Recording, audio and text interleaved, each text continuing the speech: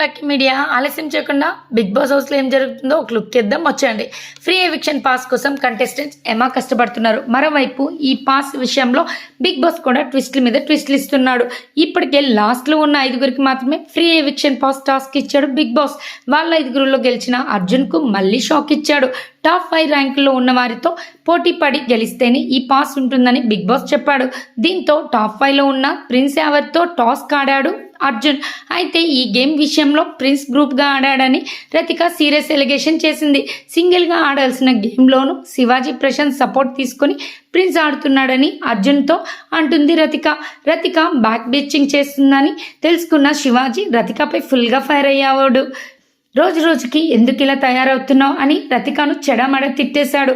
Game ఆడటం అంటే వెనకొక మాట ముందొక మాట చెప్పి ఇంటి సభ్యుల మధ్య గొడవలు పెట్టడం కాదని శివన్న మండిపడ్డాడు.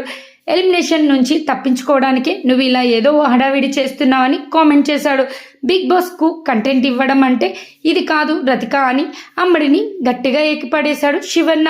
మరిన్ని అప్డేట్స్ కోసం మా ఛానల్ని సబ్స్క్రైబ్ చేసుకోండి.